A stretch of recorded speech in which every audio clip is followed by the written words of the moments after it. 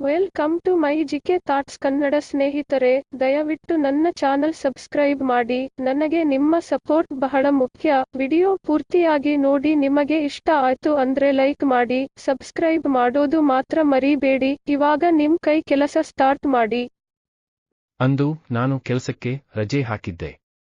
ಬೆಳಗ್ಗೆ ಸ್ವಲ್ಪ ಲೇಟ್ ಆಗಿ ಎದ್ದು ಸ್ನಾನ ಮಾಡಿ ಅಮ್ಮ ಮಾಡಿದ್ದ ತಿಂಡಿ ತಿಂದು ಹಾಗೆ ಕೂತು ಟಿವಿ ನೋಡ್ತಾ ಇದ್ದೆ. ಅಷ್ಟರಲ್ಲಿ ಅಮ್ಮ ಬಂದು, ಅಮ್ಮ, ರಾಕಿ, ಎಲ್ಲಾದರೂ ಹೋಗೋದು ಇದೆಯಾ ಹೇಗೆ? ನಾನು, ಅಮ್ಮ, ಹೋಗಬೇಕು. ಯಾಕಮ್ಮ? ಅಮ್ಮ, ಹಾಗಿದ್ದರೆ ಸ್ವಲ್ಪ ಬ್ಯಾಂಕಿಗೆ ಹೋಗಿ ನನ್ನ ಪಾಸ್ ಬುಕ್ ಎಂಟ್ರಿ ಮಾಡಿಸಿಕೊಂಡು ಬಾರೋ. ನಾನು, ಸರಿ ಅಮ್ಮ, ಮಾಡಿಸಿಕೊಂಡು ಬರುತ್ತೀನಿ, ಕೊಡು. ಅಮ್ಮ ಪಾಸ್ ಬುಕ್ ತಂದು ಕೊಟ್ಟರು. ನಾನು ರೆಡಿ ಆಗಿ ಸ್ವಲ್ಪ ಆಚೆ ಹೋಗೋಣ ಅಂತ ಆಚೆ ಬಂದೆ. ನಾನು ಹೋಗಬೇಕಿದ್ದ ದಾರಿಯಲ್ಲೇ ಬ್ಯಾಂಕ್ ಇದ್ದದ್ದು. ಹಾಗಾಗಿ ಅಮ್ಮನ ಪಾಸ್ ಬುಕ್ ಎಂಟ್ರಿ ಮಾಡಿಸಿಕೊಂಡು ಹೋಗೋಣ ಅಂತ ಹೋದೆ. ಹೋಗಿ ಕೌಂಟರ್ನಲ್ಲಿ ಪಾಸ್ ಬುಕ್ ಕೊಟ್ಟೆ. ಆದರೆ ಅವರು ರಿಪೇರಿ ಮಾಡುತ್ತಿದ್ದಾರೆ, ಸ್ವಲ್ಪ ಹೊತ್ತು ಕಾಯಿರಿ ಅಂತ ಹೇಳಿದ್ದರು. ಸರಿ, ಇನ್ನೇನು ಮಾಡೋದು ಅಂತ ಅಲ್ಲೇ ಇದ್ದ ಚೇರ್ ಮೇಲೆ ಕೂತುಕೊಂಡೆ. ಟೈಮ್ ಪಾಸ್ಗೆ ಅಂತ ಮೊಬೈಲ್ನಲ್ಲಿ ಫೇಸ್ಬುಕ್ ನೋಡ್ತಾ ಕೂತಿದ್ದೆ. ಆಗ ಯಾರೋ ನನ್ನ ಕೂಗಿದಂಗೆ ಆಯ್ತು. ಕತ್ತು ಎತ್ತಿ ನೋಡಿದೆ. ಆದರೆ ಮೊಬೈಲ್ ನೋಡುತ್ತಿದ್ದ ನನಗೆ ಒಂದು ಕ್ಷಣ ಯಾರು ಅಂತ ಗೊತ್ತಾಗಲಿಲ್ಲ. ಅಷ್ಟೊತ್ತಿಗೆ ಹೇಗಿದ್ದೆಯಾ ರಾಕಿ ಅಂತ ಮತ್ತೆ ಕೇಳಿದ್ದಾಗಲೇ ಗೊತ್ತಾಗಿದ್ದು ಅವರು ನನ್ನ ಕಾಲೇಜ್ ಟೀಚರ್ ಭಾಗ್ಯ ಮೇಡಂ. ನಾನು ತಕ್ಷಣ ಎದ್ದು ಅವರಿಗೆ ಗೌರವ ಕೊಟ್ಟು ನಮಸ್ಕಾರ ಮಾಡಿದೆ. ನಾನು, ಮೇಡಂ ನಮಸ್ಕಾರ, ಹೇಗಿದ್ದೀರಿ? ಭಾಗ್ಯ ಮೇಡಂ, ಚೆನ್ನಾಗಿದ್ದೀನಿ ರಾಕಿ. ನೀನು ಹೇಗಿದ್ದೀಯಾ? ನಾನು, ಚೆನ್ನಾಗಿದ್ದೀನಿ ಮೇಡಂ. ಭಾಗ್ಯ ಮೇಡಂ, ಮತ್ತೆ ಏನ್ ಮಾಡ್ತಾ ಇದ್ದೀಯಾ? ನಾನು, ಒಂದು MNC ಕಂಪನಿಯಲ್ಲಿ ಕೆಲಸ ಮಾಡುತ್ತಿದ್ದೀನಿ ಮೇಡಂ. ಭಾಗ್ಯ ಮೇಡಂ, ತುಂಬಾ ಸಂತೋಷ ಕಣೋ. ನಾನು, ಮೇಡಂ, ಮತ್ತೆ ನೀವು ಇನ್ನೂ ಕಾಲೇಜ್ನಲ್ಲೇ ಕೆಲಸ ಮಾಡ್ತಾ ಇದ್ದೀರಾ? ಇಲ್ಲ, ಬೇರೆ ಕಡೆ ಮಾಡ್ತಾ ಇದ್ದೀರಾ? ಭಾಗ್ಯ ಮೇಡಂ, ಇಲ್ಲ ರಾಕಿ, ನಾನು ಕೆಲಸ ಬಿಟ್ಟು 1 ವರ್ಷ ಆಯ್ತು. ಈಗ ಮನೆಯಲ್ಲೇ ಸ್ವಲ್ಪ ಜನಕ್ಕೆ ಟ್ಯೂಷನ್ ಹೇಳಿಕೊಡುತ್ತಿದ್ದೀನಿ. ನಾನು, ಮೇಡಂ, ಕೂತ್ಕೊಳ್ಳಿ. ಯಾಕೆ ನಿಂತೇ ಇದ್ದೀರಾ? ಸರಿ ಅಂತ ಮೇಡಂ ನನ್ನ ಪಕ್ಕದ ಚೇರ್ನಲ್ಲಿ ಕೂತುಕೊಂಡರು. ನಮ್ಮ ಮಾತು ಮುಂದುವರಿಯುತ್ತಿತ್ತು. ಮೇಡಂ ನನ್ನ ಕ್ಲಾಸ್ಮೇಟ್ಸ್ ಬಗ್ಗೆ ಕೇಳುತ್ತಿದ್ದರು. ಮತ್ತೆ ನನ್ನ ಕೆಲಸದ ಬಗ್ಗೆ ಕೇಳುತ್ತಿದ್ದರು. ಹೀಗೆ ಮಾತಾಡುವಾಗ, ಭಾಗ್ಯ ಮೇಡಂ, ರಾಕಿ, ನೀನು ತುಂಬಾ ಚೆನ್ನಾಗಿ ಆಗಿದ್ದೀಯಾ ಕಣೋ. ಕಾಲೇಜ್ನಲ್ಲಿ ಇರೋವಾಗ ಸೋಣಕಲು ಕಡ್ಡಿ ಹಾಗೆ ಇದ್ದೆ. ಈಗ ತುಂಬಾ ಸ್ಮಾರ್ಟ್ ಆಗಿ ಆಗಿದ್ದೀಯಾ? ನಾನು, ಥ್ಯಾಂಕ್ಸ್ ಮೇಡಂ, ನೀವು ಅಷ್ಟೇ ಮೇಡಂ. ಆಗ ಹೇಗಿದ್ದೀರೋ ಈಗಲೂ ಹಾಗೆ ಇದ್ದೀರಾ? ಭಾಗ್ಯ ಮೇಡಂ, ಸುಮ್ಮನೆ ಇರೋ, ತಮಾಷೆ ಮಾಡಬೇಡ. ನಾನು, ಇಲ್ಲ ಮೇಡಂ, ನಿಜವಾಗಲೂ ಇನ್ನೂ ಹಾಗೆ ಇದ್ದೀರಾ? ನನ್ನ ಮಾತಿಗೆ ಮೇಡಂ ನಗಾಡಿದರು. ಅಷ್ಟೊತ್ತಿಗೆ ಮೇಡಂಗೆ ಅವರ ಟೋಕನ್ ಸರದಿ ಬಂತು. ಅವರು ಎದ್ದು ಹೋದರು. ಸರಿ, ನಾನು ಕೂಡ ಮತ್ತೆ ಪಾಸ್ ಬುಕ್ ತಗೊಂಡು ಕೌಂಟರ್ ಹತ್ತಿರ ಹೋದೆ. ಅಲ್ಲಿ ಆಗಲೇ ಸಾಕಷ್ಟು ಜನ ಇದ್ದಿದ್ದರಿಂದ ಕೌಂಟರ್ನಲ್ಲಿದ್ದವನು ಪಾಸ್ ಬುಕ್ ಕೊಟ್ಟು ಹೋಗಿ, ನಾನು ಎಂಟ್ರಿ ಮಾಡಿ ಇತ್ತಿರುತ್ತೀನಿ, 1/2 ಗಂಟೆ ಬಿಟ್ಟು ತಗೊಳ್ಳಿ ಅಂತ ಹೇಳಿದ. ಸರಿ, ಇನ್ನೇನು ಮಾಡೋದು ಅಂತ ಪಾಸ್ ಬುಕ್ ಕೊಟ್ಟೆ. ಅಷ್ಟರಲ್ಲಿ ಮೇಡಂ ಹಣ ಡ್ರಾ ಮಾಡಿ ಆಗಿತ್ತು. ಮತ್ತೆ ಮೇಡಂ ಹತ್ತಿರ ಹೋಗಿ, ನಾನು, ಮೇಡಂ, ಆಯ್ತಾ ಬ್ಯಾಂಕ್ ಕೆಲಸ? ಭಾಗ್ಯ ಮೇಡಂ, ರಾಕಿ, ಆಯ್ತು. ನಿಂದು? ನಾನು, ಇಲ್ಲ ಮೇಡಂ, ಪಾಸ್ ಬುಕ್ ಎಂಟ್ರಿ ಇನ್ನೂ ಲೇಟ್ ಆಗುತ್ತೆ ಅಂತ ಹೇಳಿದ್ರು. ಆಮೇಲೆ ಬಂದು ತಗೊಳ್ಬೇಕು. ಭಾಗ್ಯ ಮೇಡಂ, ಓ ಸರಿ, ಹಾಗಿದ್ರೆ ಮತ್ತೆ ಏನ್ ಸಮಾಚಾರ? ನಾನು, ಎಲ್ಲ ನೀವೇ ಹೇಳ್ಬೇಕು ಮೇಡಂ. ನೀವೀಗ ಮನೆಗೇನಾ? ಭಾಗ್ಯ ಮೇಡಂ, ಹೌದು. ಬಾ ರಾಕಿ, ನಮ್ಮ ಮನೆಗೆ. ನಾನು, ಇರಲಿ ಮೇಡಂ, ಇನ್ನೊಂದು ಸಲ ಯಾವಾಗಲಾದರೂ ಬರ್ತೀನಿ. ಭಾಗ್ಯ ಮೇಡಂ, ಮತ್ತೆ ಯಾವಾಗ ಸಿಗ್ತೀವೋ ಏನೋ. ಪರವಾಗಿಲ್ಲ, ಬಾ. ನಾನು, ಸರಿ ಅಂತ ತಲೆ ಆಡಿಸಿದೆ. ನಾವಿಬ್ಬರೂ ಬ್ಯಾಂಕಿನಿಂದ ಆಚೆ ಬಂದ್ವಿ. ನಾನು ನನ್ನ ಬೈಕ್ ಸ್ಟಾರ್ಟ್ ಮಾಡಿದೆ. ಭಾಗ್ಯ ಮೇಡಂ ನನ್ನ ಹಿಂದೆ ಕೂತುಕೊಂಡರು. ಅವರ ಮನೆಗೆ ದಾರಿ ತೋರಿಸಿದ್ದರು. ನಾನು ಭಾಗ್ಯ ಮೇಡಂನ ಕರ್ಕೊಂಡು ಅವರ ಮನೆಗೆ ಬಂದೆ. ಮೇಡಂ ಬೀಗ ತೆಗೆದು, ಬಾ ರಾಕಿ, ಒಳಗೆ ಅಂದರು. ನಾನು ಒಳಗೆ ಹೋದೆ. ಕೂತ್ಕೋ ಅಂತ ಸೋಫಾ ಕಡೆ ತೋರಿಸಿದರು. ನಾನು ಸೋಫಾದಲ್ಲಿ ಕೂತೆ. 1 ನಿಮಿಷ ಬರ್ತೀನಿ ಅಂತ ಒಳಗೆ ಹೋಗಿ ಡ್ರೆಸ್ ಚೇಂಜ್ ಮಾಡಿಕೊಂಡು ಬಂದರು. ಭಾಗ್ಯ ಮೇಡಂ, ರಾಕಿ, ಏನ್ ತಗೊಳ್ತೀಯಾ? ಕಾಫಿನಾ? ಟೀನಾ? ನಾನು, ಟೀ ಅಂದೆ. ಭಾಗ್ಯ ಮೇಡಂ, ಸರಿ, 2 ನಿಮಿಷ ತರ್ತೀನಿ ಅಂತ ಅಡಿಗೆ ಮನೆಗೆ ಹೋದರು. ನಾನು ಅವರ ಮನೆ ನೋಡುತ್ತಿದ್ದೆ. ಅಲ್ಲಿ ಯಾರದ್ದೋ ಫೋಟೋಗೆ ಹಾರ ಹಾಕಿತ್ತು. ಯಾರಿರಬಹುದು ಅಂತ ತಲೆ ಕೆಡಿಸಿಕೊಂಡು ಕೂತಿದ್ದೆ. ಅಷ್ಟರಲ್ಲಿ ಟೀ ತಂದು ಕೊಟ್ಟರು ಮೇಡಂ. ಭಾಗ್ಯ ಮೇಡಂ, ತಗೋ ರಾಕಿ ಅಂತ ಬಗ್ಗಿ ಟೀ ಕೊಟ್ಟರು. ಟೀ ಕಪ್ ತಗೊಳ್ಳೋವಾಗ ಅವರ ನೈಟಿಯಲ್ಲಿ ಅವರ ಮೊಲೆಯ ಮೇಲ್ಭಾಗ ಕಣ್ಣಿಗೆ ಬಿತ್ತು. ಆಗ ನನ್ನ ತುಣ್ಣೆ ಬುಸುಗುಟ್ಟಲು ಶುರುವಾಯಿತು. ಏನೂ ಆಗದಂತೆ ಸುಮ್ಮನೆ ಟೀ ಕುಡಿಯುತ್ತಾ ಕೂತೆ. ಭಾಗ್ಯ ಮೇಡಂ ಇನ್ನೊಂದು ಕಪ್ ಹಿಡಿದು ನನ್ನ ಎದುರಿನ ಚೇರ್ ಮೇಲೆ ಕೂತರು. ನಾನು, ಮೇಡಂ ಮನೆಯಲ್ಲಿ ಯಾರೂ ಇಲ್ಲ, ಕೆಲಸಕ್ಕೆ ಹೋಗಿದ್ದಾರಾ? ಭಾಗ್ಯ ಮೇಡಂ, ಇಲ್ಲ, ರಾಕಿ ಇದ್ದ ಒಬ್ಬ ಮಗ US ನಲ್ಲಿ ಕೆಲಸ ಮಾಡುತ್ತಿದ್ದಾನೆ. ನಾನು, ಮತ್ತೆ ಮನೆಯಲ್ಲಿ ಯಾರ್ಯಾರೋ ಇದ್ದೀರಾ? ಭಾಗ್ಯ ಮೇಡಂ, ಸದ್ಯಕ್ಕೆ ನಾನೊಬ್ಬಳೇ ರಾಕಿ ಅಂದರು. ನಾನು ಆಶ್ಚರ್ಯದಿಂದ, ಮತ್ತೆ ಅಂಕಲ್? ಭಾಗ್ಯ ಮೇಡಂ, ಇಲ್ಲ, ಅವರು ಹೋಗಿ 2 ವರ್ಷ ಆಯ್ತು. ನಾನು, ಏನಾಗಿತ್ತು ಮೇಡಂ? ಭಾಗ್ಯ ಮೇಡಂ, ಹಾರ್ಟ್ ಅಟ್ಯಾಕ್ ಅಂತ ಮುಖ ಸಪ್ಪೆ ಮಾಡಿಕೊಂಡರು. ನಾನು ಮುಂದೆ ಏನೂ ಕೇಳಲಿಲ್ಲ, ಸುಮ್ಮನೆ ಟೀ ಕುಡಿಯುತ್ತಿದ್ದೆ. ಭಾಗ್ಯ ಮೇಡಂ, ಮತ್ತೆ ರಾಕಿ ಯಾವಾಗ ಮದುವೆ? ನಾನು, ಅಯ್ಯೋ ಮೇಡಂ, ಇನ್ನೂ ಈಗ ತಾನೇ ಒಳ್ಳೆ ಕೆಲಸ ಸಿಕ್ಕಿದೆ, ಸ್ವಲ್ಪ ಟೈಮ್ ಆಗಲಿ ನೋಡೋಣ. ಭಾಗ್ಯ ಮೇಡಂ, ಅದ್ಯಾಕೋ ನೀವು ಹುಡುಗರೆಲ್ಲ ಹಾಗೆ ಹೇಳ್ತೀರಾ? ಓದಿದ್ದೀರಾ, ಒಳ್ಳೆ ಕೆಲಸ ಇದೆ, ಮತ್ತೆ ಏನು ನಿಮಗೆ ಮದುವೆ ಮಾಡಿಕೊಳ್ಳೋಕೆ? ಎಷ್ಟು ವಯಸ್ಸು? ನಾನು, 27 ಮೇಡಂ. ಭಾಗ್ಯ ಮೇಡಂ, ಮತ್ತೆ ಇದು ಒಳ್ಳೆ ಟೈಮ್ ಮದುವೆ ಆಗೋಕೆ. ಸುಮ್ಮನೆ ಫ್ರೆಂಡ್ಸ್ ಪಾರ್ಟಿ ಮೋಜು ಮಸ್ತಿ ಅಂತ ಬೇಡದದ್ದನ್ನ ಮಾಡೋಕೆ ಹೋಗಬೇಡಿ, ತಿಳಿತಾ? ನಾನು, ಅಯ್ಯೋ ಹಾಗೇನೂ ಇಲ್ಲ ಮೇಡಂ. ಭಾಗ್ಯ ಮೇಡಂ, ನನಗೆ ಗೊತ್ತಿಲ್ವಾ ನಿಮ್ಮ ಹುಡುಗರ ಕಥೆ ಅಂತ ಸ್ಮೈಲ್ ಕೊಟ್ರು. ನಾನು ಸುಮ್ಮನೆ ಕೂತಿದ್ದೆ.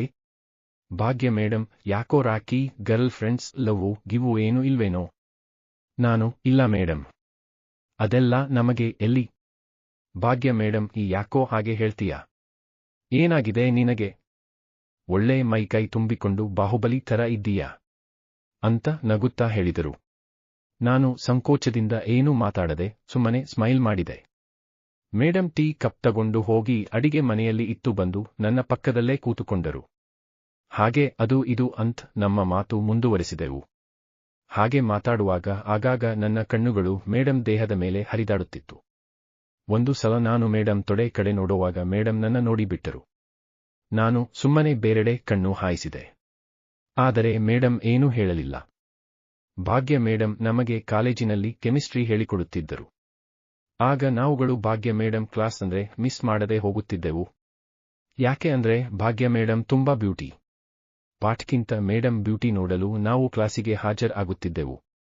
ಬೆಳ್ಳನೆಯ ಮೈ, ದಪ್ಪನೆಯ ಮೊಲೆಗಳು, ಸೀರೆ ಪಕ್ಕಕ್ಕೆ ಸರಿದಾಗ ಕಾಣುತ್ತಿದ್ದ ಅವರ ಸುಂದರ ಹೊಕ್ಕಳು, ಸೈಡ್ ಇಂದ ಕಾಣುತ್ತಿದ್ದ ಅವರ ನಿಮಿರಿದ ಮೊಲೆಗಳು, ಬೋರ್ಡ್ ಮೇಲೆ ಬರೆಯುವಾಗ ಅಲಾದುತ್ತಿದ್ದ ಅವರ ತಿಕ್ಕಗಳು ತುಂಬಾ ಸೆಕ್ಸಿಯಾಗಿ ಕಾಣುತ್ತಿದ್ದವು. ಅವರ ದೇಹ ಸೌಂದರ್ಯಕ್ಕೆ ಸ್ಟೂಡೆಂಟ್ಸ್ ಅಲ್ಲದೆ ಪ್ರೊಫೆಸರ್ಗಳು ಕೂಡ ಮಾರುಹೋಗಿದ್ದರು. ಆಗಲೇ ಅವರ ವಯಸ್ಸು 35 ಆಗಿದ್ದರೂ ಇನ್ನೂ 28 ಹರೆಯದ ಬ್ಯೂಟಿ ಅಂತೆ ಕಾಣುತ್ತಿದ್ದರು. ಅವರಿಗೆ ಮದುವೆಯಾಗಿದೆ ಅಂತ ಯಾರಿಗೂ ನಂಬೋಕೆ ಆಗುತ್ತಿರಲಿಲ್ಲ. ಅವರ ಮಾಂಗಲ್ಯ ನೋಡಿದ್ದಾಗ ಮಾತ್ರ ನಿಜ ಅಂತ ತಿಳಿಯುತ್ತಿತ್ತು. ಕ್ಲಾಸಿನಲ್ಲಿ ಕೆಲವು ಸ್ಟೂಡೆಂಟ್ಸ್ ಅಂದ್ರೆ ಅವರಿಗೆ ಸ್ವಲ್ಪ ಹೆಚ್ಚು ಪ್ರೀತಿ ಇತ್ತು. ಅವರಲ್ಲಿ ನಾನೂ ಒಬ್ಬ ಆಗಿದ್ದೆ. ಓದಿನಲ್ಲಿ ಸುಮಾರಾಗಿದ್ದ ನಾನು ಅವರ ಸಬ್ಜೆಕ್ಟ್ನಲ್ಲಿ ಮಾತ್ರ ಚೆನ್ನಾಗೇ ಓದುತ್ತಿದ್ದೆ. ಹಾಗಾಗಿ ನನ್ನ ಮೇಲೆ ಸ್ವಲ್ಪ ಜಾಸ್ತಿನೇ ಲವು.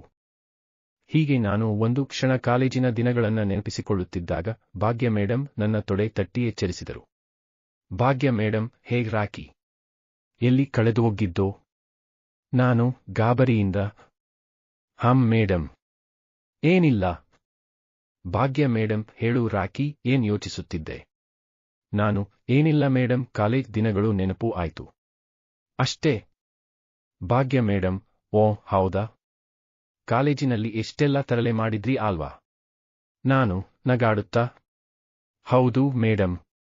ಭಾಗ್ಯ ಮೇಡಂ ಮತ್ತು ನಾನು ಹಳೆಯ ಕಾಲೇಜು ದಿನಗಳ ಬಗ್ಗೆ ಮಾತಾಡುತ್ತಾ ಇದ್ವಿ. ಆಗ ಭಾಗ್ಯ ಮೇಡಂ, ನೀವುಗಳು ಎಷ್ಟು ಪೋಲಿಗಳು ಅಂತಾನೂ ನನಗೆ ಗೊತ್ತು ಅಂತ ಒಂದು ಸ್ಮೈಲ್ ಕೊಟ್ರು. ನಾನು, ಯಾಕೆ ಮೇಡಂ, ನಾವೇನೂ ಹಾಗೆ ಇರಲಿಲ್ಲವಲ್ಲ. ಭಾಗ್ಯ ಮೇಡಂ, ಹೌದು ಹೌದು, ನಿಮ್ಮೆಲ್ಲ ಆಟಗಳು ನನಗೆ ಗೊತ್ತಿಲ್ಲ ಅಂತ ಅಂದುಕೊಂಡ್ರಾ? ನಾನು ಆಶ್ಚರ್ಯದಿಂದ, ಏನ್ ಆಟ ಮೇಡಂ?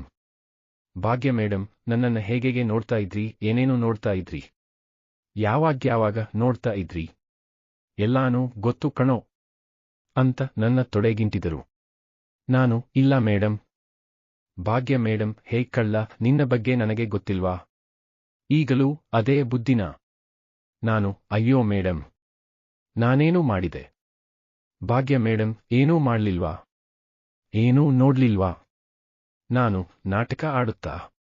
ಇಲ್ಲ ಮೇಡಂ. ನಾನೇನೂ ನೋಡಿಲ್ಲ. ಭಾಗ್ಯ ಮೇಡಂ ಯಾಕೆ ನಾನು ಬಗ್ಗಿದ್ದಾಗ ನನ್ನ ಎದೆ ನೋಡಿಲ್ವಾ? ಈಗ ಪಕ್ಕದಲ್ಲೇ ಕೂತಿದ್ದೀನಿ, ನನ್ನ ತೊಡೆ ನೋಡಿಲ್ವಾ?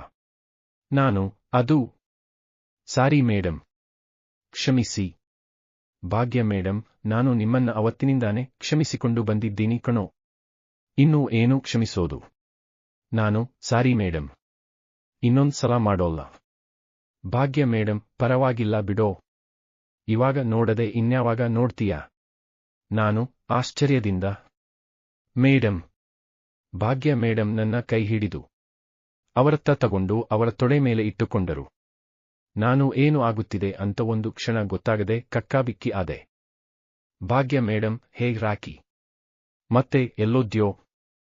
ನಾನು ಹಾಂ ಮೇಡಂ. ಭಾಗ್ಯ ಮೇಡಂ, ರಾಕಿ ಒಂದು ವಿಷಯ ಕೇಳ್ತೀನಿ, ನಿಜ ಹೇಳ್ತೀಯಾ? ನಾನು ಕೇಳಿ ಮೇಡಂ. ಏನ್ ಅದು?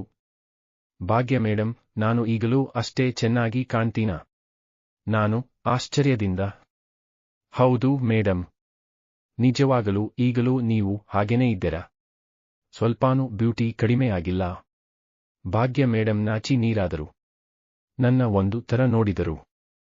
ನಾನು ಗಾಬರಿಯಿಂದ ಸುಮ್ಮನೆ ನೋಡುತ್ತಿದ್ದೆ. ಆಗ ಭಾಗ್ಯ ಮೇಡಂ ಅವರ ತೊಡೆ ಮೇಲಿದ್ದ ನನ್ನ ಕೈಯನ್ನು ಹಿಡಿದು ತೊಡೆ ಮೇಲೆ ಸವರುತ್ತಿದ್ದರು. ಅವರ ಮೃದುವಾದ ನೈಟಿ ಬಟ್ಟೆ ಒಳಗೆ ಇದ್ದ ಮೆತ್ತನೆಯ ತೊಡೆ ನನ್ನ ಕೈಗೆ ತಾಗುತ್ತಿತ್ತು. ಹಾಗೆ ತೊಡೆ ಮೇಲೆ ಸವರುತ್ತಾ ನನ್ನ ಕೈಯನ್ನು ಅವರ ತೊಡೆ ಸಂದಿಗೆ ತಂದು ಇಟ್ಟರು. ನಾನು ಮೇಡಂ. ಭಾಗ್ಯ ಮೇಡಂ, ಏನ್ ರಾಕಿ? ಹೇಗಿದೆ? ನಾನು ಮೇಡಂ, ಇದು ನಿಜಾನಾ ಅಂತ ಅವರತ್ತ ನೋಡಿದೆ. ಭಾಗ್ಯ ಮೇಡಂ ನನ್ನ ಹತ್ತಿರ ಬಂದು ನನ್ನ ತುಟಿಗೆ ಕಿಸ್ ಮಾಡಿದರು. ನಾನು ಒಂದು ಕ್ಷಣ ಏನಾಯಿತು ಅಂತ ತಿಳಿಯದೆ ಕಳೆದು ಹೋದೆ. ಮೇಡಂ ಕಿಸ್ ಮಾಡಿ ನನ್ನ ತಲೆ ಹಿಡಿದು ಅವರ ಎದೆಗೆ ಒತ್ತಿಕೊಂಡರು. ಅಬ್ಬಾ, ಎಷ್ಟು ಮೆತ್ತನೆಯ ಮೊಲೆಗಳು! ನನ್ನ ಉಸಿರು ಹೆಚ್ಚಾಗಿ ಅದು ಅವರ ಮೊಲೆಗೆ ತಾಗುತ್ತಿದ್ದಂತೆ ಅವರ ಮೊಲೆಗಳು ಸಹ ಮೇಲೆ ಕೆಳಗೆ ಆಡುತ್ತಿದ್ದವು. ನಾನು ತಲೆ ಎತ್ತಿ ಮೇಡಂ ಮುಖ ನೋಡಿದೆ.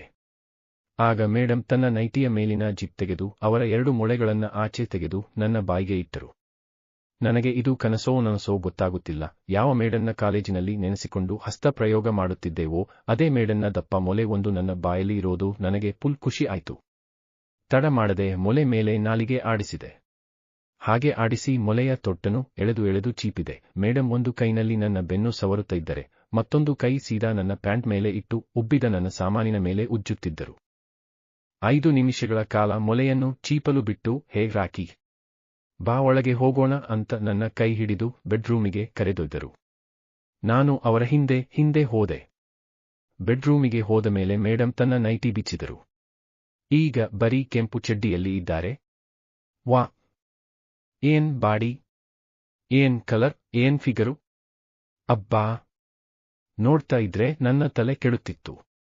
ಮೇಡಂ ನನ್ನ ಹತ್ತಿರ ಬಂದು ಮತ್ತೆ ನನಗೆ ಕಿಸ್ ಕೊಡುತ್ತಾ ನನ್ನ ಶರ್ಟ್ ಗುಂಡಿಗಳನ್ನ ಒಂದೊಂದಾಗಿ ಬಿಚ್ಚಿದರು. ಶರ್ಟ್ ಗುಂಡಿ ಬಿಚ್ಚಿದ ಮೇಲೆ ನನ್ನ ಪ್ಯಾಂಟ್ಗೆ ಕೈ ಹಾಕಿದರು. ಪ್ಯಾಂಟ್ ಹುಕ್ ತೆಗೆದು ಕೆಳಗೆ ಜಾರಿಸಿದರು ಮತ್ತು ನನ್ನ ಚಡ್ಡಿಯೊಳಗೆ ಅವರ ಕೈ ಬಿಟ್ಟರು.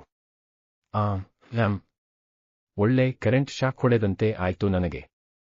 ನಾನು ಮೇಡಂಗೆ ಕಿಸ್ ಮಾಡುತ್ತಾ ಅವರ ಮೊಲೆಗೆ ನಹಿಸುಕುತ್ತಿದ್ದೆ. ಮೇಡಂ ನನ್ನ ಚಡ್ಡಿಯಿಂದ ತುಣ್ಣೆ ಹೊರಗೆ ಎಳೆದು ಮೇಲಿನ ಚರ್ಮವನ್ನು ಹಿಂದೆ ಮುಂದೆ ಮಾಡುತ್ತಿದ್ದರು. ನನ್ನ ತುಣ್ಣೆ ಆಗಾಗಲೇ ಸ್ವಲ್ಪ ರಸ ಸುರಿಸಿತ್ತು. ನಾನು ಮೇಡನ್ನ ಹಾಸಿಗೆ ಮೇಲೆ ಮಲಗಿಸಿದೆ. ಮತ್ತೆ ಅವರ ಚಡ್ಡಿಯನ್ನು ಎಳೆದು ಬೀಸಾಡಿದೆ. ವಾ, ಎಂಥ ತುಲ್ಲು! ಅಬ್ಬಾ, ಒಂದೇ ಒಂದು ಕೂದಲು ಸಹ ಇಲ್ಲದೆ ತುಂಬಾ ಕ್ಲೀನ್ ಆಗಿತ್ತು. ಆಗಲೇ ಸುರಿದ ರಸದಿಂದ ತುಲ್ಲು ಫಳಫಳ ಅಂತ ಹೊಳೆಯುತ್ತಿತ್ತು. ಅದನ್ನು ನೋಡಿದ ನನಗೆ ಮತ್ತು ಜಾಸ್ತಿಯಾಗಿ ಮೇಡನ್ನ ಕಾಲುಗಳನ್ನ ಅಗಲಿಸಿದೆ ಮತ್ತು ತುಲ್ಲಿಗೆ ಮುತ್ತು ಕೊಟ್ಟೆ.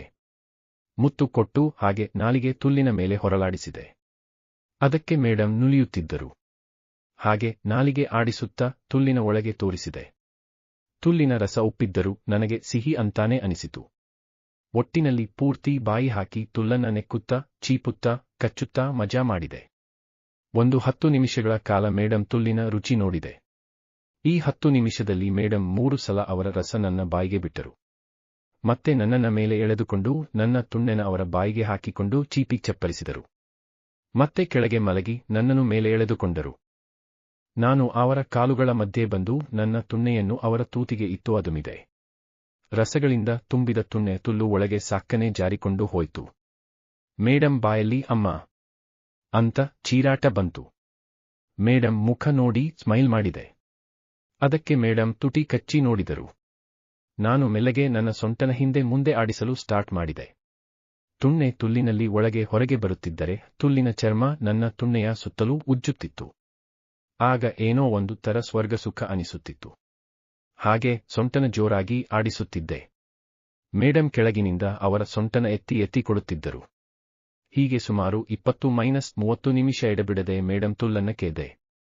ಅಷ್ಟರಲ್ಲಿ ಮೇಡಂ ಎಷ್ಟು ಸಲ ರಸ ಬಿಟ್ಟರೋ ಗೊತ್ತಿಲ್ಲ, ಆದರೆ ಕೆಳಗಿದ್ದ ಹಾಸಿಗೆ ಸುಮಾರು ಒದ್ದೆಯಾಗಿತ್ತು. ಕೊನೆಗೆ ನನಗೂ ಲೀಕ್ ಆಗಲು ನಾನು ಗಟ್ಟಿಯಾಗಿ 4-5 ಗುದ್ದು ಜೋರಾಗಿ ಗುದ್ದುತ್ತಾ ರಸವನ್ನ ತುಲ್ಲಿನ ಒಳಗೆ ಬಿಟ್ಟುಬಿಟ್ಟೆ. ನನ್ನ ತುಣ್ಣೆ ಫುಲ್ ಖುಷಿಯಾಗಿ ರಸವನ್ನ ಚಿಮ್ಮಿಬಿಟ್ಟಿತು. ನನ್ನ ರಸ ತುಲ್ಲು ತುಂಬಿ ಆಚೆ ಹರಿಯಲಾರಂಭಿಸಿತು. ಕೊನೆಗೆ ನಾವಿಬ್ಬರೂ ಸ್ವರ್ಗಾರೋಹಣ ಮಾಡಿದೆವು. ಅದೇ ಸಂತೃಪ್ತಿಯಲ್ಲಿ ಒಬ್ಬರನ್ನೊಬ್ಬರು ಮುದ್ದಾಡುತ್ತಾ ತಬ್ಬಿಕೊಂಡು ಮಲಗಿದೆವು. ಮತ್ತೆ ಎಚ್ಚರವಾದಾಗ ಮೇಡಂ ಪಕ್ಕದಲ್ಲಿ ಕೂತು ನನ್ನ ತುಣ್ಣೆಯನ್ನ ಮೆಲ್ಲನೆ ಸವರುತ್ತಾ ನನ್ನ ತುಣ್ಣೆ ಜೊತೆ ಆಟ ಆಡುತ್ತಿದ್ದರು. ಟೈಮ್ ನೋಡಿದ್ದಾಗ ಮಧ್ಯಾಹ್ನ 2 ಗಂಟೆ ಆಗಿತ್ತು. ನನ್ನನ್ನು ನೋಡಿ ಮೇಡಂ ಖುಷಿ ಪಟ್ಟರು. ಮತ್ತೆ ನನ್ನ ತುಣ್ಣೆಯನ್ನ ಎಬ್ಬಿಸಿ ನಿಗುರಿಸಿ ಮತ್ತೆ ಕೇಯಿಸಿಕೊಳ್ಳಲು ರೆಡಿ ಆದರು. ನಾನು ಮತ್ತೆ ಮೇಡಂ ಮೇಲೆ ಏರಿ ತುಲ್ಲನ್ನ ತುಣ್ಣೆಯಿಂದ ಕುಟ್ಟಿ ಕುಟ್ಟಿ ನೀರಾಗಿಸಿದೆ. ಹೀಗೆ ಸಂಜೆ ಒಳಗೆ ನಾವು 3 ಬಾರಿ ಮಾಡಿಕೊಂಡೆವು. ಸಂಜೆ ಮಕ್ಕಳು ಟ್ಯೂಷನ್ಗೆ ಅಂತ ಬಂದರು. ಮೇಡಂ ಹಾಲ್ನಲ್ಲಿ ಮಕ್ಕಳಿಗೆ ಬರೆಯಲು ಕೊಟ್ಟು ಬೆಡ್ರೂಮಿಗೆ ಬಂದು ನೈಟಿ ಎತ್ತಿ ತುಲ್ಲಿಗೆ ತುಣ್ಣೆ ತುರುಕಿಸಿಕೊಂಡು ನನ್ನಿಂದ ಕೇಯಿಸಿಕೊಂಡು ಹೋಗುತ್ತಿದ್ದರು. ಮಕ್ಕಳು ಹೋದ ಮೇಲೆ ಮೇಡಂ ನನ್ನ ಮನೆಗೆ ಫೋನ್ ಮಾಡಿ ಬರೋಲ್ಲ ಅಂತ ಹೇಳಲು ಹೇಳಿಕೊಟ್ಟರು. ಅದರಂತೆ ನಾನು ಅಮ್ಮನಿಗೆ ತಿಳಿಸಿದೆ. ಅವತ್ತು ರಾತ್ರಿ ಇಡೀ ನಾವಿಬ್ಬರೂ ಸುಮಾರು ಸಲ ಮಾಡಿಕೊಂಡೆವು. ಒಬ್ಬರನ್ನೊಬ್ಬರು ಸುಖಿಸಿದೆವು. ಮಾರನೇ ದಿನ ಮೇಡಂ ತುಲ್ಲು ಕೆಂಪಾಗಿ ಹೋಗಿತ್ತು. ಹೀಗೆ ಅವತ್ತಿನಿಂದ ಇವತ್ತಿನವರೆಗೂ